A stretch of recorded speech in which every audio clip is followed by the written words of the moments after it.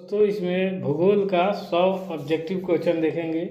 मात्र 15 से 20 मिनट के अंदर ही आपको 100 क्वेश्चन मिल जाएगा। पूरा यूट्यूब पर ऐसा 100 क्वेश्चन नहीं मिलता है कि आप 15 से 10 मिनट में 10 से 20 मिनट के बीच में आपको 100 क्वेश्चन मिल जाए।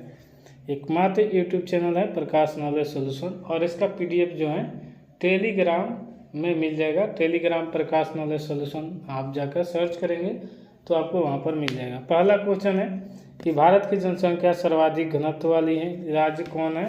तो जनसंख्या घनत्व वाला कहेगा तो पश्चिम बंगाल, और सबसे ज़्यादा जनसंख्या वाला कहेगा तो उत्तर प्रदेश, और सबसे क्षेत्रफल के हिसाब से पूछेगा कौन बड़ा राज्य है तो वो है राजस्थान, और सबसे छोटा पूछेगा तो गोवा। मानव भूगोल के जनक किसे कहा जाता है तो ये रैटजेल को कहा जाता है। Option number C. जनसंख्या वृद्धि का मुख्य कारण क्या है तो ये उच्चतर जन्म दर होगा या फिर न्यूनतम मृत्यु दर होगा। तो इसमें जन्म दर अधिक दिया है तो हम जन्म दर अधिक भी टिक करेंगे। भारत में सबसे अधिक नगरीकरण किस राज्य में है तो नगरीकरण सबसे अधिक गोवा राज्य में है। हरित क्रांति का संबंध किससे है तो ये कृषि से है। हरित क्रांति का संबंध किससे है तो कृषि से। यहाँ पर हरित छूट गया, यहाँ पर त होगा जो कि छूट गया है, यहाँ पर लिख दे रहे हैं हम हरित क्रांति। और ये किससे उपज के था कि किसी कृषि के लिए सबसे ज़्यादा ये गेहूं के लिए अच्छा था, और उसके बाद अनाज जो तो फसल का प्रयोग हुआ था। 6 क्वेश्चन है, भारत में सर्वाधिक चावल उत्पादन वाला राज्य कौन सा है तो चावल में पश्चिम बंगाल है, और गेहूं उत्पादन करने में पंजाब है। ठीक है, आगे बढ़िए।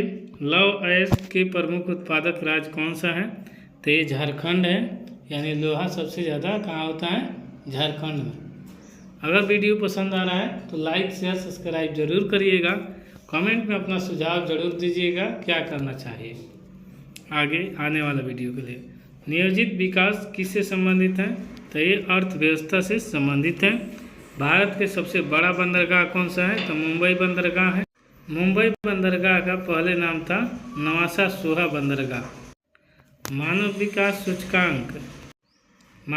सूचकांक HDI ह्यूमन डेवलपमेंट इंडेक्स, इसका फुल फॉर्म है ह्यूमन डेवलपमेंट इंडेक्स। किसने बनाया था तो UNDP ने बनाया था। United Nation Development Programme, UNDP का फुल फॉर्म।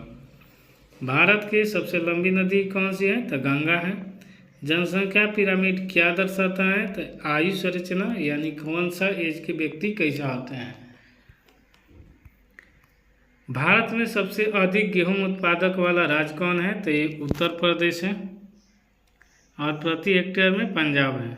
कपास की खेती किस प्रकार की मिट्टी से होती है तो कपास काली मिट्टी से होती है। जल परिवहन का सबसे सस्ता माध्यम कौन सा है तो ये जल है। भारत का सबसे बड़ा राज्य क्षेत्रफल की दृष्टि से कौन है तो राजस्थान है, ये पहले ही बता दिया आपको। सूखा किस प्रकार का आपदा है तो सूखा ये प्राकृतिक आपदा है। पवन ऊर्जा का स्रोत क्या है तो ये है हवा। नदी का उद्गम क्या कहलाता है तो ये स्रोत कहलाता है जहाँ से नदी निकलती है। भारत के सबसे अधिक वर्षा कहाँ पर होती है तो ये मानसीनराम जगह है, और ये कहाँ पर है तो मेघालय में स्थित है। औद्योगिक क्रांति सबसे पहले कहाँ हुई थी तो इंग्लैंड में हुई थी, और किस लिए हुई थी तो ये सूती वस्त्र के लिए हुई थी।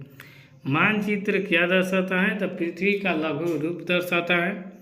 जनसंख्या घनत्व का अर्थ क्या है तो प्रति वर्ग किलोमीटर जनसंख्या है। भारत में IT उद्योग का केंद्र कौन सा है तो ये बेंगलुरु है। वृक्षारोपण का उद्देश्य क्या है तो ये है पर्यावरण संरक्षण करना।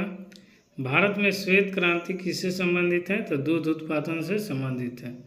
नीली क्रांति किससे संबंधित है तो ये मछली उत्पादन से संबंधित है, और पीली कहेगा तो तेल से। यहाँ तक आ गए हैं तो अगर कोई भी डाउट हो तो कमेंट में ज़रूर पूछिएगा। जितना आपको जानकारी चाहिए उससे कई गुना ज़्यादा मिलेगा हर ऑप्शन का, लेकिन आप 2 से 3 बार देखिए वीडियो, आपको याद हो जाएगा। अब वीडियो पसंद आए तो शेयर ज़रूर करिए हर एक ग्रुप में। भारत का सबसे बड़ा कोयला उत्पादक राज्य कौन सा है? तो झारखंड, पहले ही बता दिए। प्लांटेशन कृषि किससे शामिल है? तो प्लांटेशन चाय से संबंधित है। भारत का सबसे अधिक जनसंख्या वाला राज्य कौन सा है? तो उत्तर प्रदेश। हरित क्रांति सबसे पहले कहाँ शुरू हुआ था? तो पंजाब में हुआ था। रेडियोधर्मी प्रदूषण किसे होता है? तो ये परमाणु ऊर्जा से होता है। भूकंप किस प्रकार की आपदा है? तो ये प्राकृतिक आपदा है। भारत में सबसे अधिक चाय उत्पादन कहाँ होता है? तो ये चाय उत्पादन असम में होता है। सूचना प्रौद्योगिकी का प्रमुख केंद्र कौन है? तो ये बेंगलुरु है। इसी को IT पढ़ा जाता है, इंफॉर्मेशन टेक्नोलॉजी, शॉर्ट नाम है। परिवहन का सबसे तेज माध्यम कौन है? तो ये वायु है। हवाई जहाज से होता है, बहुत तेजी से की जा सकती है। नवीकरणीय संसाधन का उदाहरण है तो ये सूर्य ऊर्जा है। भारत के सबसे बड़ा तेल शोधन संयंत्र कहाँ है? तो ये जामनगर में है। जलवायु परिवर्तन का मुख्य कारण क्या है? तो प्रदूषण। वन किस प्रकार का संसाधन है? तो नवीकरणीय है। भारत का सबसे बड़ा राज्य जनसंख्या की दृष्टि से कौन है? उत्तर प्रदेश है। कृषि किस क्षेत्र में आती है? तो ये प्राथमिक क्षेत्र में आती है। वायुमंडल की सबसे निचली परत कौन सी है? तो ये है क्षुमंडल। मृदा अपरदन का मुख्य कारण क्या है? तो ये है वर्षा, हवा, वनों की कटाई, उपयुक्त में सभी। भारत में कृषि प्रधान राज्य कौन सा है? तो ये बिहार है। खनिज किस प्रकार का संसाधन है? तो अनवीकरणीय है। समुद्री बंदरगाह का उदाहरण कौन सा है? तो ये मुंबई है। ग्लोबल वार्मिंग का कारण क्या है? तो प्रदूषण है। जनसंख्या विस्फोट का कारण क्या है? तो अधिकतर जन्म दर। मानव संसाधन क्या है? तो ये व्यक्ति हैं। जनसंख्या स्थानांतरण क्या कहलाता है? तो ये प्रवासन कहलाता है। जैसे एक जगह से दूसरे जगह जाना ही प्रवासन कहलाता है। औद्योगिक क्षेत्र में का उदाहरण कौन सा है? तो इसमें औद्योगिक क्षेत्र का कारखाना है, जो इंडस्ट्री एरिया कहा जाता है। मौसम किसका अल्पकालीन रूप है? तो जलवायु का। जनसंख्या वृद्धि दर किससे मापी जाती है? तो प्रतिशत में। शहरी क्षेत्र का अर्थ क्या है? तो ये है शहर। भू आकृति विज्ञान को किसका अध्ययन है? तो भूमि का। नदी के मुहाना क्या कहलाती है? तो ये डेल्टा कहलाती है। कोई भी नदी का मुहाना क्या कहलाता है? डेल्टा। जल प्रदूषण का कारण क्या है? तो औद्योगिक अपशिष्ट, यानी जो इंडस्ट्री से कचरा निकलता है वो जल प्रदूषण का मुख्य कारण है। वनों की कटाई के क्या होता है? तो ये वन की कटाई से मृदा अपरदन बढ़ता है। सिंचाई का मुख्य उद्देश्य क्या है? तो ये जल देना। रेगिस्तान में वर्षा कैसी होती है? बहुत कम होती है, बहुत कम, कभी कभी होइबो न करता है। जो सहारा है विश्व का सबसे बड़ा रेगिस्तान, पिछले 400 साल से बारिश ही नहीं हुआ है। आप सोचिए वहाँ का टेम्परेचर कितना हाई होगा जहाँ पर बारिश ही नहीं हुआ। पर्वत किस प्रकार के भू आकृति है? तो ऊंचा स्थान पर पर्वत होता है। जलवायु किसका दीर्घकालीन रूप है? तो ये मौसम का। भूमि उपयोग का अर्थ क्या है? तो ये भूमि का उपयोग करना, खेती करना। प्राकृतिक संसाधन क्या है? तो प्राकृतिक से प्राप्त वस्तुएं हैं। जल चक्र किससे संबंधित है? तो जल से। भूगोल क्या है? भू माने पृथ्वी या गोल माने गोलाकार। पृथ्वी के गोलाकार क्षेत्र को भूगोल कहते हैं, यानी पृथ्वी का अध्ययन भूगोल कहलाता है। उद्योग किस क्षेत्र में आता है? तो द्वितीय। सेवा क्षेत्र किससे कहते हैं? तो सेवाएं को, किसी चीज़ को पहुंचाना। खनन किससे संबंधित है? तो खनिज से। ऊर्जा का स्रोत कौन है? तो ये कोयला है, सूर्य है, जल, उपयुक्त सभी है। जनसंख्या वितरण किसको प्रभावित करता है? तो जलवायु, संसाधन, भूमि, उपयुक्त तीनों को करता है। जनसंख्या वितरण मतलब अधिक हो जाए तो फिर दिक्कत होता है। जलवायु का कौन प्रभावित करता है? तो अक्षांश, ऊंचाई, समुद्र से दूरी, उपयुक्त सभी। कृषि के लिए सबसे महत्वपूर्ण क्या है? तो कृषि के लिए जल चाहिए, और भूमि ना होगा तो कृषि कहाँ से करेंगे? श्रम मतलब मजदूर ना हो तो भी कृषि ना हो पाएगा। उपयुक्त सभी होगा। मानव विकास का उद्देश्य क्या है? जीवन का स्तर सुधारना, शिक्षा, आय बढ़ाना, ये सब तीनों है। नदी का पानी कहाँ जाता है? समुद्र में। समुद्र के पानी कैसा होता है? तो समुद्र का पानी खारा होता है। खारा क्यों होता है? नमक के कारण। बाढ़ का कारण क्या है? तो अधिक वर्षा है बाढ़ का कारण।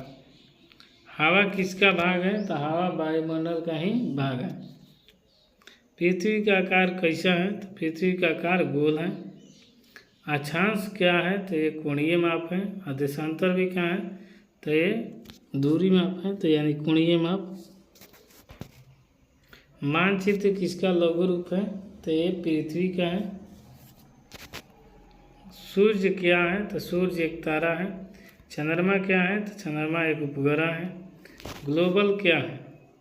ग्लोब क्या है? तो ग्लोब एक पृथ्वी का मॉडल है कि इसे बताया जाता है कि पृथ्वी का ऐसे ही चित्र यानी है। समतल भूमि को क्या कहते हैं? तो मैदान कहते हैं।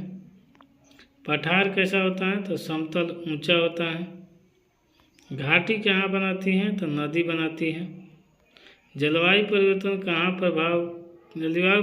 का प्रभाव क्या है? तो तापमान बढ़ना, बर्फ पिघलना, समुद्री स्तर बढ़ना, उपयुक्त सभी। जैव विविधता क्या है? तो जीवों में विविधता ही जैव विविधता कहलाता है। वन जीव संरक्षण क्यों जरूरी है? पर्यावरण संतुलन के लिए वन जीव संरक्षण बहुत जरूरी है। अगर वन जीव संरक्षण ना रहे तो पर्यावरण संतुलन नहीं रहेगा, जिससे एकाएक हाई टेम्परेचर या फिर खूब बारिश या फिर खूब ठंडा ही रहेगा। राष्ट्रीय उद्यान क्या है? तो संरक्षित क्षेत्र राष्ट्रीय उद्यान वो कहलाता है जिसमें बड़े बड़े जंगल में जानवर रहते हैं, उसी को राष्ट्रीय उद्यान कहा जाता है। पर्यावरण क्या है? तो आसपास के वातावरण ही पर्यावरण कहलाता है। प्रदूषण क्या है? तो अशुद्ध चीज़ को प्रदूषण कहा जाता है। ओजोन परत कहाँ पाया जाता है? तो ये वायुमंडल में पाया जाता है।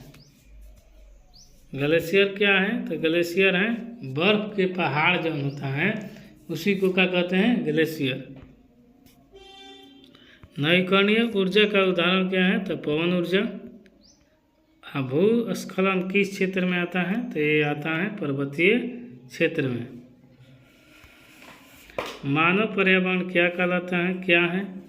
तो ये मानव और प्रकृति का संबंध है। अब यहाँ तक आ गए दोस्तों। तो आप अगर PKS फेसबुक पर देख रहे हैं तो इसे फॉलो करें। यूट्यूब पर इसे प्रकाश नॉलेज सॉल्यूशन देख रहे हैं यूट्यूब पर, तो इसे लाइक, शेयर, सब्सक्राइब जरूर करें। अगर कुछ वीडियो में कमी लगे तो कमेंट बॉक्स में अपना सुझाव लिखें, बताएं कि वीडियो में क्या कमी है। अगले वीडियो में उसे हम ठीक कर लेंगे। आपकी कोई प्रॉब्लम है, पढ़ने में कोई समस्या आ रही है तो भी बताइए, हम उसे ठीक कर देंगे।